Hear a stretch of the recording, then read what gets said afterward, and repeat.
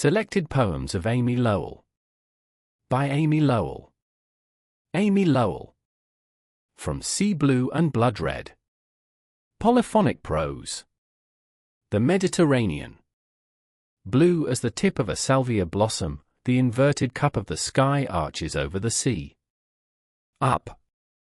To meet it, in a flat band of glaring color, rises the water. The sky is unspecked by clouds, but the sea is flecked with pink and white light shadows, and silver scintillation snip-snap over the tops of the waves. Something moves along the horizon. A puff of wind blowing up the edges of the silver blue sky? Clouds! Clouds!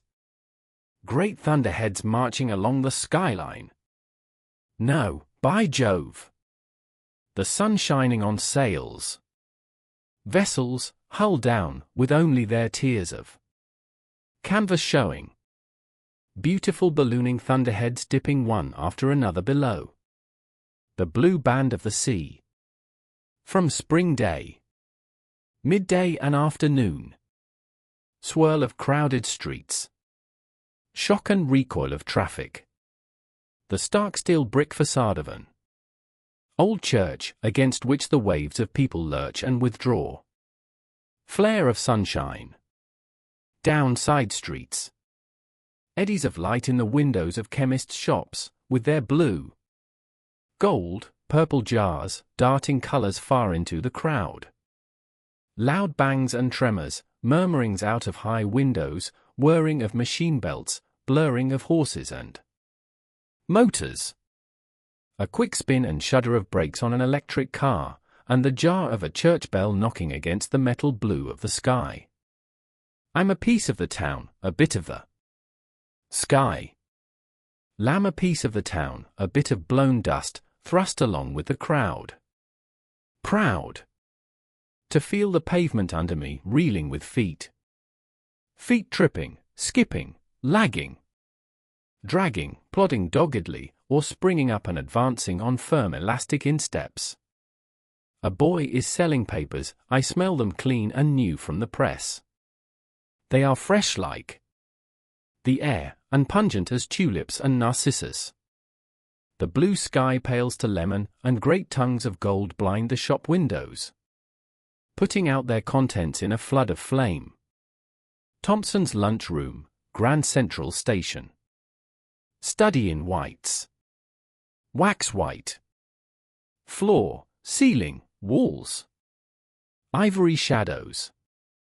Over the pavement. 1S. Polished to cream surfaces. By constant sweeping. The big room is colored like the petals. Oh, for great magnolia. And has a patina. A flower bloom, which makes it shine dimly under the electric lamps. Chairs are ranged in rows, like sepia seeds, waiting fulfillment. The chalk-white spot of a cook's cap moves unglossily against the vaguely bright wall, dull chalk-white striking the retina like a blow. Through the wavering uncertainty of steam, vitreous white of glasses with green reflections.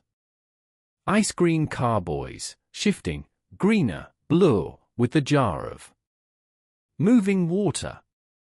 Jagged green-white bowls of pressed glass. Rearing snow peaks of chipped sugar. Above the lighthouse-shaped casters of grey pepper and grey-white salt. Grey-white placards, oyster stew, corned beef hash. Frankfurters. Marble slabs veined with words in meandering lines, dropping on the white counter like horn notes. Through a web of violins. The flat yellow lights of oranges. The cube red splashes of apples. In high-plated pans. The electric clock jerks every half-minute. Coming, past. 3 beefsteaks and a chicken pie. Balled through a slide while the clock jerks heavily. A man carries a china mug of coffee to a distant chair. 2 rice puddings and a salmon salad are pushed over the counter. The unfulfilled chairs open to receive them. A spoon falls upon the floor with the impact of metal striking stone, and the sound throws across the room sharp, invisible zigzags of silver. 1916-65. One section. Amy Lowell. The taxi. When I go away from you, the world beats dead.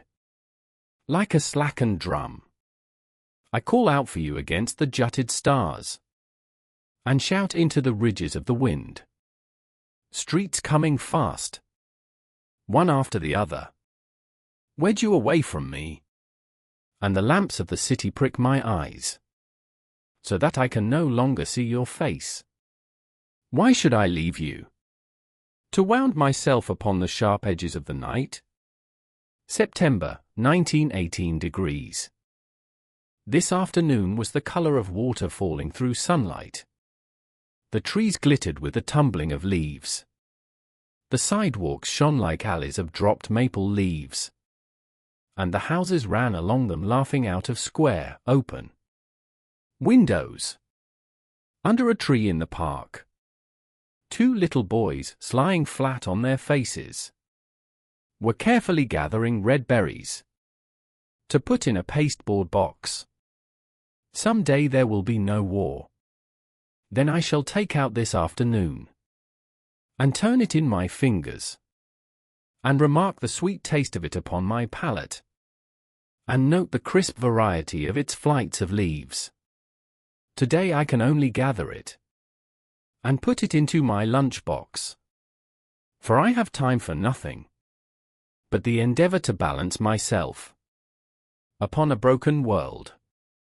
Poem title: The summer and fall of 1918 saw major battles as World War I drew to a close. American forces had played an important military role in June, then in July they participated in the Second Battle of the Marne. August saw the Second Battle of the Somme. Toward the end of September the battles of the Argonne and of Ypres began. Hostilities would not cease on the Western Front until November 11th. The letter.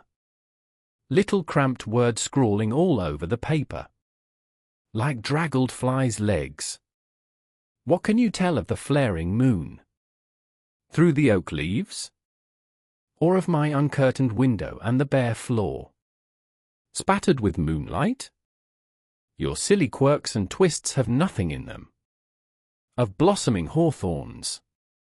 And this paper is dull, crisp, smooth, virgin of loveliness beneath my hand. I'm tired, beloved, degree of chafing my heart against the want of you, of squeezing it into little ink drops and posting it. And I schooled alone, here, under the fire of the great moon. Venus truncheons? Tell me, was Venus more beautiful than you are when she topped the crinkled waves, drifting shoreward on her plaited shell? Was Botticelli's vision fairer than mine? And were the painted rosebuds he tossed his lady of better worth than the words I blow about you to cover your too great loveliness? 11. Beloved, many of Lowell's love poems were inspired by her relationship with the actress Ada Dwyer Russell, Lowell's partner from 1912 until her death. 14. Posting, mailing. Poem title: Latin, Venus passing over. Venus is the Greek goddess of love. 8. Botticelli, Italian Renaissance painter Sandro Botticelli, 1444–1510, whose most famous painting is The Birth of Venus, circa 1485, in which Venus rises from the ocean astride a large scalloped seashell. Roses are scattered around her. 67. Amy Lowell. As with a gauze of misted silver? For me, you stand poised in the blue and buoyant air, cinctured by bright winds, treading the sunlight, and the waves which precede you, ripple and stir. The sands at my feet, Madonna of the evening flowers? All day long I have been working. Now lamb tired. I call, where are you? But there is only the oak tree rustling in the wind. The house is very quiet. The sun shines in on your books, on your scissors and thimble just put down. But you are not there. Suddenly I am lonely. Where are you? I go about searching. Then I see you, standing under a spire of pale blue larkspur, with a basket of roses on your arm. You are cool, like silver. And you smile. I think the Canterbury bells are playing little tunes. You tell me that the peonies need spraying, that the columbines have overrun all bounds, that the Pyrus japonica should be cut back and rounded. You tell me these things. But I look at you, Heart of Silver, 1919. Poem title, Madonna, My Lady. The phrase is often applied to the Virgin Mary. 17. Canterbury bells, a pun, referring at once to the blue, bell-shaped flowers, on long spikes of a popular ornamental plant and to the famous bells of Canterbury Cathedral in England. White heart flame of polished silver, burning beneath the blue steeples of the larkspur. And I long to kneel instantly at your feet, while all about us peal the loud, sweet te-deums of the Canterbury bells. The weathercock points south. I put your leaves aside, one by one. The stiff, broad outer leaves, the smaller ones, pleasant to touch, veined with purple. The glazed inner leaves. One by one, I parted you from your leaves, until you stood up like a white flower, swaying slightly in the evening wind. White flower. Flower of wax, of jade, of unstreaked agate, degree. Flower with surfaces of ice, with shadows faintly crimson. Where in all the garden is there such a flower?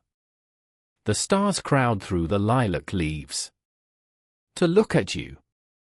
The low moon brightens you with silver. The bud is more than the calyx. Degree. There is nothing to equal a white bud, of no color, and of all, burnished by moonlight, thrust upon by a softly swinging wind. 26. Te Deums, from an ancient Latin hymn, Te Deum Laudamus, we praise thee, Lord, the Roman Catholic daily morning prayer. Poem title, Weathercock, a weathervane, sometimes in the form of a rooster. The word also suggests changeability or fickleness, but here the direction seems sure. 12. Unstreaked agate, a stone that is most often streaked or clouded. 19. Calyx, both the sepals of a flower and the cup-like divisions of the human pelvis. Throughout the poem, Lowell's flower images double as descriptions, often vaginal, of a woman's body. They also link sensuality and spirituality. 69. Amy Lowell. Opal. You are ice and fire. The touch of you burns my hands like snow. You are cold and flame. You are the crimson of amaryllis, the silver of moon-touched magnolias. When I am with you, my heart is a frozen pond, gleaming with agitated torches. Wakefulness. Jolt of market carts. Steady drip of horses' hoofs on hard pavement. A black sky lacquered over with blueness. And the lights of Battersea Degree Bridge, pricking pale in the dawn. The beautiful hours are passing, and still you sleep. Tired heart of my joy, incurved upon your dreams. Will the day come before you have opened to me? Grotesque. Why do the lilies goggle their tongues at me? When I pluck them, and writhe, and twist, and strangle themselves against my fingers, so that I can hardly weave a garland. For your hair? Why do they shriek your name, and spit at me? When I would cluster them, must I kill them, to make them lie still, and send you a wreath of lolling corpses? 4. Battersea, a borough of London, England. 1s. $1. To turn putrid and soft on your forehead while you dance. The sisters. Taking us by and large, we're a queer lot, we women who write poetry. And when you think how few of us there have been, it's queerer still. I wonder what it is that makes us do it. Singles us out to scribble down, man-wise, the fragments of ourselves. Why are we already mother creatures, double-bearing, with matrices in body and in brain? I rather think that there is just the reason. We are so sparse a kind of human being. The strength of 40,000 atlases degree is needed for our everyday concerns. There's Sappho. Now I wonder what was Sappho. I know a single slender thing about her. That, loving, she was like a burning birch tree, all tall and glittering fire, and that she wrote like the same fire caught up to heaven and held there a frozen blaze before it broke and fell. Ah, me! I wish I could have talked to Sappho, surprised her reticences by flinging mine into the wind. This tossing off of garments which cloud the soul is none too easy doing with us today. But still I think with Sappho one might accomplish it, were she in the mood to bear her loveliness of words and tell the reasons, as she possibly conceived them, of why they are so lovely. Just to know how she came at them, just to watch the crisp sea sunshine playing on her hair, and listen, thinking all the while that 'twas she who spoke and that we two were sisters. 11. Atlases. In Greek mythology, Atlas was a giant responsible for holding up the earth. He was a member of the race of Titans. 13. Sappho, the legendary Greek poet, born c. 612 BC, who was the major figure among a group of women held together both by their erotic passion for one another and by their devotion to poetry. Most of her poems survive only as luminous fragments. 71. Amy Lowell. Oh, for strange, isolated little family. And she is Sappho, Sappho, not Miss or Mrs. A leaping fire we call so for convenience. But Mrs. Browning degree, who would ever think of such presumption as to call her ease, which draws the perfect line between Seacliffs and a close-shuttered room in Wimpole Street. Sappho could fly her impulses like bright balloons tip-tilting to a morning air, and write about it. Mrs. Browning's heart was squeezed in stiff conventions. So she lay stretched out upon a sofa, reading Greek, and speculating, as I must suppose, in just this way on Sappho, all the need, the huge, imperious need of loving, crushed within the body she believed so sick. And it was sick, poor lady, because words are merely simulacra after deeds have wrought a pattern. When they take the place of actions they breed a poisonous miasma, which, though it leave the brain, eats up the body. So Mrs. Browning, aloof and delicate, lay still upon her sofa, all her strength going to uphold her overtopping brain. It seems miraculous, but she escaped to freedom and another motherhood than that of poems. She was a very degree woman, and needed both. If had gone to call, would Wimpole Street have been the kindlier place? Or Casa Giddy, in which to have met her? I'm a little doubtful of that meeting. For Queen Victoria was very young and strong, and all-pervading in her apogee at just that time. If we had stuck to poetry, sternly refusing to be drawn off by mesmerism degree. 35. Mrs. Browning, British poet Elizabeth Barrett Browning, 1806–1861, who lived in her family house as an invalid after a riding accident until she met and married poet Robert Browning, 1812–1889, in 1845. Elizabeth and Robert Browning lived in Italy until her death. 58. Very true. 62. Casa Giddy, the Florence home of Elizabeth and Robert Browning. One of her books is The Casa Giddy Windows, a poem, 1851. 67. Mesmerism, after Austrian physician Franz Anton Mesmer, 1734–1815, who argued